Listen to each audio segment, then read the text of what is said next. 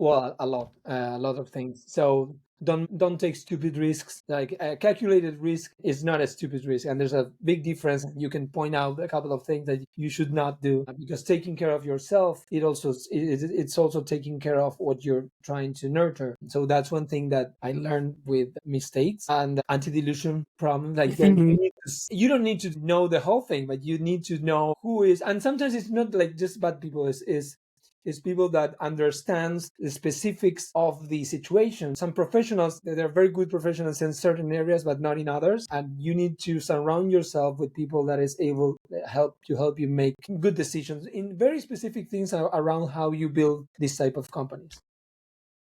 Ignacio, how are you? Hello, how are you? Thank you for having me. Can you share about your background before we start the Cutler and the venture? What led you to entrepreneurship? Well, thank you, Burak, again, and thank you for the question. So I guess that this journey began about 10 years ago. I used to live in Brazil, and I was working for a company, and then I had my family farm, and we were coming back to Argentina soon, and I decided that I wanted to jump into the entrepreneurship, and I had an experience at that moment with an Italian company doing more technology, like hard technology for the agribusiness industry in Brazil. And I really liked that. And when I went back to Argentina 2 years or 3 years later, I decided that I wanted to do something that was more related to what we were doing at my family level. And I began to experiment with one almost abandoned farm that we had in the cattle business in Argentina. And and I began to solve one problem just trying to set up a normal business. I really quickly understood that there were some gaps and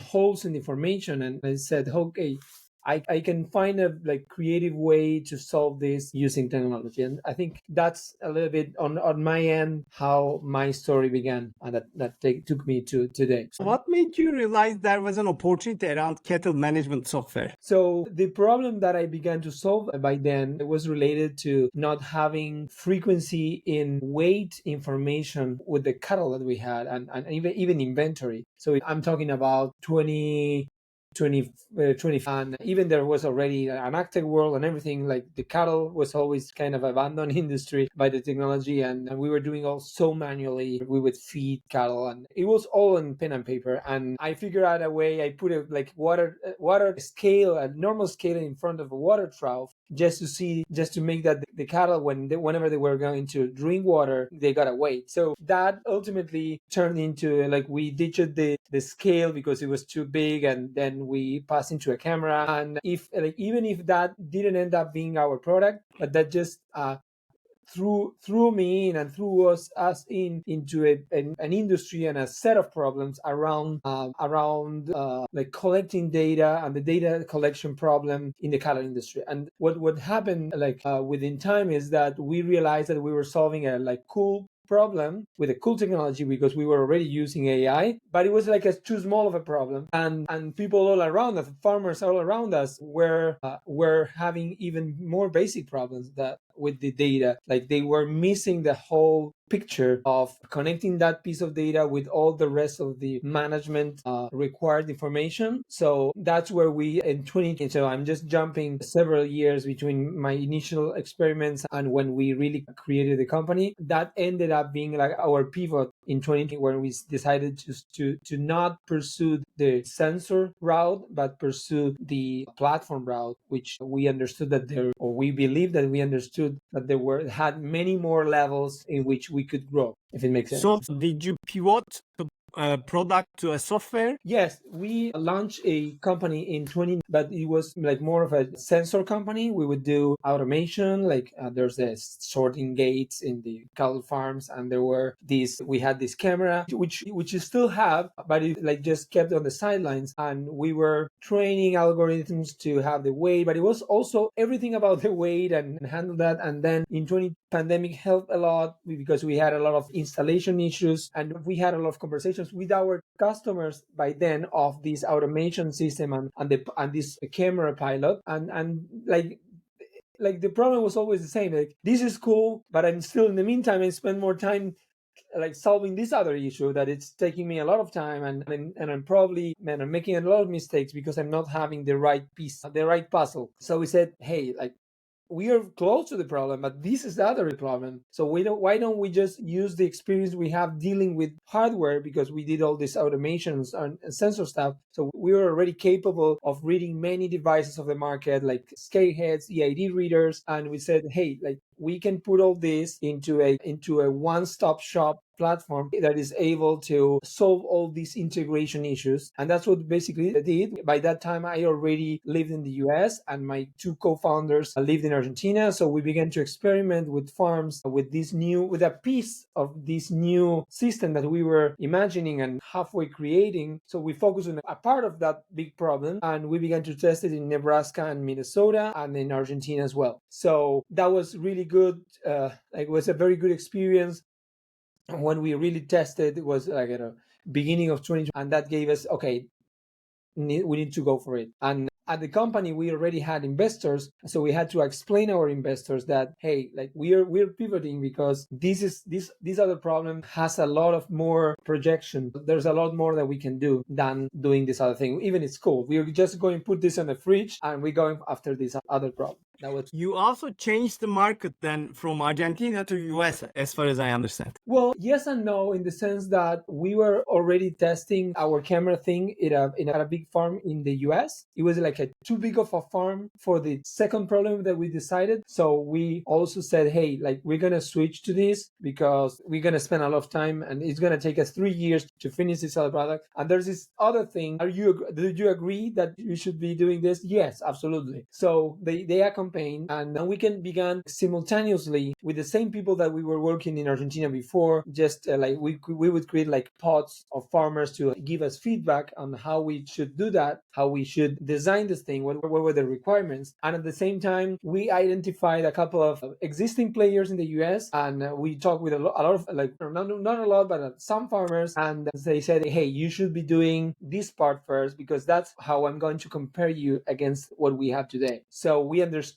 that we should create a part at the beginning that was comparable to what the industry had already and make it better. And that's what we did. And that, like, I think it was one of the best decisions we ever made. Who are the typical customers for your product now? Yeah, so far the typical user is a farmer feeder. It's a farmer feeder that, at least in the US, it lives in the Corn Belt. So it's a crop farmer that also has a feed yard, and a part of the crop that he sells as a crop, and the part of that he uses for feeding his own cattle. So these are typically family companies that have everything between $5 revenue all the way to $30 million revenue. There's a lot of variation. Like there are even larger farms, but this is like the segment that we are focused on. And these are the guys that are every day using trucks every day, I don't know, 2 or 3 days a week processing cattle. They're doing a lot of stuff. Like things are happening all the time because they're feeding every day. So they are really naturally good adopters of technology. If you compare to the rest of the value chain, of the cattle value chain, or also because they are also crop farmers. So crop farmers are in general like the best adopters that you can find. How is the competition and market? What are the trends that you are seeing in the cattle industry and animal agriculture overall? So of course it varies by market, but in general we see that there's been like waves of digitization over since the end of 80s or early 90s, where some companies did the first versions of any sort of dedicated software for the industry, especially for larger farms, and they kept on the market serving certain segments of this industry. So you have the software from the early 90s that it's really rusty, but it works. It's complex from a analytical perspective, but it's overcrowded. Then you have the thousands, 2000s type of software that is a little bit more complex, but still it's a server based. Then you have a more recent wave of the first cloud softwares, or a mix between those two worlds, which were the ones that really woke up like the majority of the farmers. And I would say since the 20, you have like a real leap in how many farmers in proportion to the total are digitized, in the sense that they use some, like not only Excel. So these are the players, and these players remain there. So we try to compete with them with different tools because they have different virtues and different problems. And particularly the most technologized players, these are the ones we go like directly against. They know us, we know them, we talk with them, and it's How many customers do you usually talk in a week time? That's a good question. So if we are talking about my like whole team, we must be talking about with around 50 farmers per week. In a month, we are talking around with around anything between 100 to 200. I'm just ballparking, but I can say this because we have a system where we have our board, like a sort of like canvas board. We use Jira not only for the hardware, for the software development, but also we use Jira for the commercial development. And we have all our tickets, all the people that we're talking with. So we're talking all the time with a lot of people. Either it's like our current customers, potential customers, that are far customers, far away customers that we are all the time talking with them, or either with nutritionists, veterinarians, feed companies. It's a very intensively social activity because we are either signing them up or just checking how they are, or we are trying to make them sign up, or we are just having feedback why didn't sign up, what are the things that we want to validate in advance for the features that we're developing, because we are like very intensive developing features all the time. So we feed from them as much as they feed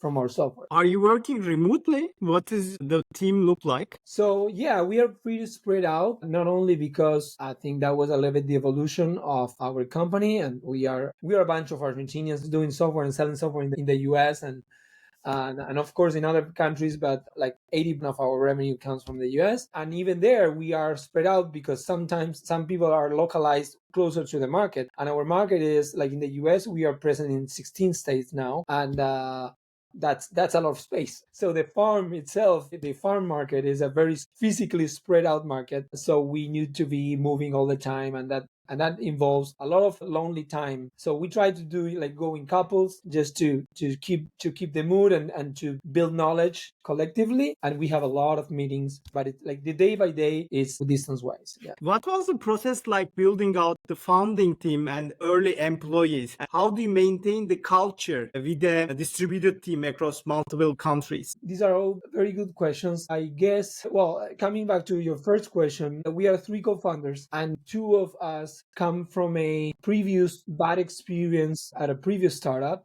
but we came out healthy from that, and we said, like, the problems that we had with these, we're gonna correct them, and we're gonna start all over again. So at the beginning, he and me, we were like only employers, and then we had the person that would become afterwards our third co-founder. He was initially an employee, and we upgraded him to a co-founder, and he's our CTO. And so some of the people that are the three of us, we were the ones that suffered all the pivot. And when we had this new route, there were a couple of 3 or 4 people that were working in the old model, so they kept going away like naturally as we began, because it was not just like, it was not a 0 to 1 change. We had to merge, we had to respond to customers on the previous model. So we had to do a transition, and across that transition, we began to find, like, on a contact basis, a referral basis, all the key people that are today. So we're still a small team. We're not that small now. We're like about 17 people, but we have the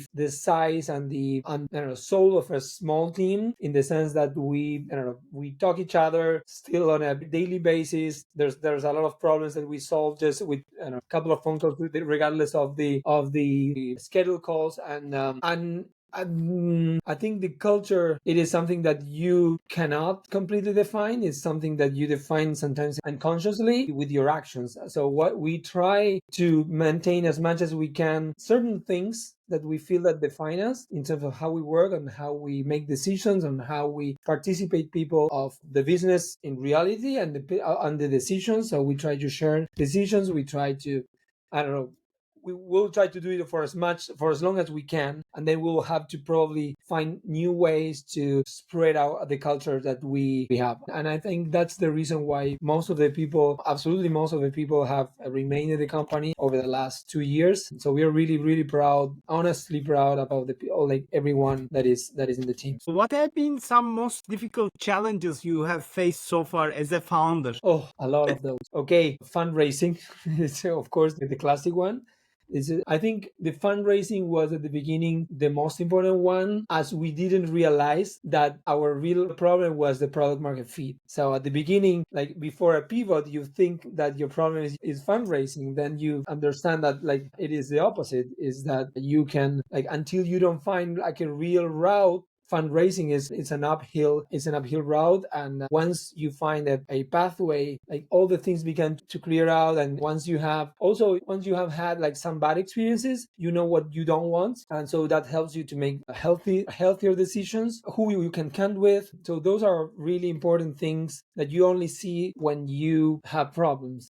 And I think that the fundraising is always the problem, that sometimes it's a ghost or is something that is overlooked, because sometimes it's hiding a product market fit issue. And when we solved that, which was not easy because we invested a year and a half doing other stuff until we really discovered what we wanted, it's a lot of time and a lot of effort. So I would say, but I think the only addition is that in this industry is not especially sexy. It hasn't been for the last years, and that added like a new layer of complexity where we had to find creative ways to sustain the company up until we began to create revenue. And the other problem is just to make it grow. So like the problem that is always, it's not a problem, it's a challenge. It keeps you awake, is how do I go from this revenue monthly to this revenue monthly? Like I'm able to sustain it without dying along the way. And I think that is the most important thing. That's either a problem or a challenge, depending on whether you have a pathway or not. How do you maintain your resilience through ups and downs of the startup life? I think that I don't know. I think a lot of that comes with personality.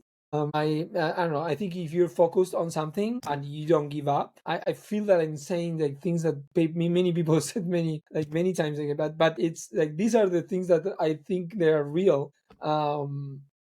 But I don't know. I think there's a lot of stomach here, and how many things you are willing to give away and sacrifice for this. Sometimes you don't even do it consciously. We just assume it that's the way. That's why I think that, and of course you need to find some point in your life that gives you balance, because otherwise you cannot do anything that is risky if you don't have any source of balance. And for some people, the balance comes from having another revenue source, like a cross subsidy. So some people, they're just more crazier than others, and they ignore certain things that an MBA would say, hey, no, I'm not going to do it. Like, I'm not going to do that. Some people come from countries where there's a lot of things that in the US are assumed as guaranteed, and they're not guaranteed. And I think part of the hustle that we have is that we really like this is a cultural feature of our country, is there's a lot of things that we don't give by guarantee, and we build from there, from a very low basis in terms of what takes you to get to this place, whereas other people would not do things that we are willing to do in terms of,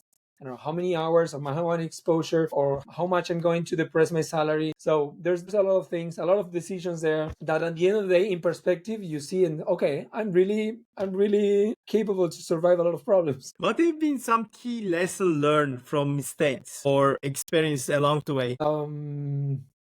So there's a couple of those. There's more than a couple, but I would say sometimes like you need to trust the people you work with, but at the same time you just cannot trust blindly. You need to make sure that you're present and you're giving them information, you're giving them a projection, you're Being dealing transparent, probably. yeah, and you're dealing with the most complex that ever existed, which is humans. And just to be able, I don't know, just to make somebody work his ass off for you, it requires certain things that sometimes and we have lost a couple of valuable people because of that. Also understanding who you can trust in, who is a good supporter, what is smart money and what is not smart money. Well, understanding dilution things like that's important. That led to our previous mistake in our previous startup. So there's a lot of things to learn, and there's a lot of things that we learned by pain, and there's a lot of things that we had the luck of unconsciously knowing them, because we just, I don't know, we would just, for other reason, we were making another decision, and we said that, then in perspective we said did that. So you just learn that sometimes we learn that you made decisions only in perspective. So yeah, there's I can mention many more mistakes, honestly. How do you navigate work-life balance and avoid burnout day to day? Uh, Well, you have to have a very good supporting family that tolerates a lot of the things that. So I do mistakes on a daily basis on work-life balance, and it's nothing that as much as I am very I have a lot of resistance and a lot of good things, and I also fight every day with how many hours, what is good, what is not good, how much should I be putting in my company, how much should I be putting in my family. So that's a permanent question and something that you're always negotiating internally. So I wouldn't say that I have that solved. I think nobody has. I think everybody negotiates internally and with his family and with the company its own formula depending on what's your situation in life. So that's very one to one. If you let me like alone, I will work, I don't know, 18 hours per day, and I won't go to the gym and I won't feed myself. So that's my tendency. So I have to knowing myself and having healthy wife and beautiful kids that remind me all the time that I have to have a life that balances me. But there's always this risk of burning out because I'm a naturally person that naturally tends to work all the time. But yeah, that's what it is. I do my best. What do you know now about being an entrepreneur that you wish you knew when starting out your entrepreneurship journey? Well, a lot of things. So don't take stupid risks. Like a calculated risk is not a stupid risk, and there's a big difference. You can point out a couple of things that you should not do because taking care of yourself, it's also taking care of what you're trying to nurture. So that's one thing that I learned with mistakes and anti-delusion problems. Like you don't need to know the whole thing, but you need to know who is. And sometimes it's not like just bad people. Is people that understands the specifics of the situation. Some professionals, they're very good professionals in certain areas, but not in others. And you need to surround yourself with people that is able to help you make good decisions in very specific things around how you build this type of companies. Do you recently read any books or podcasts that you recommend? I recently read Blitzscaling by Reid Hoffman because I've been trying to understand how we get to the next point. I think that's a very hands-on book that I really like.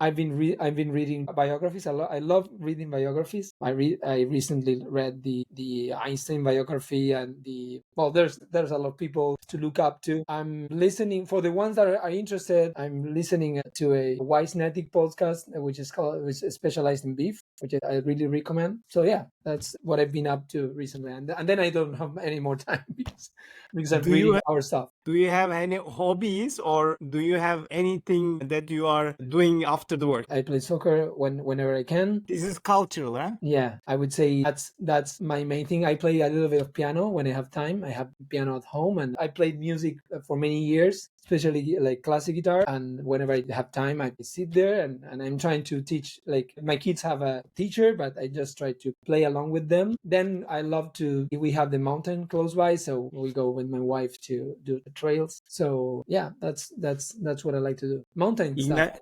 I love that. Ignacio, thank you very much for the nice conversation. It has been pleasure to host you today. Oh, thank you, Burak. It was like I don't know, very very nice conversation, and thank you for the question and for the interest. It's been really a pleasure. My pleasure. Thank you.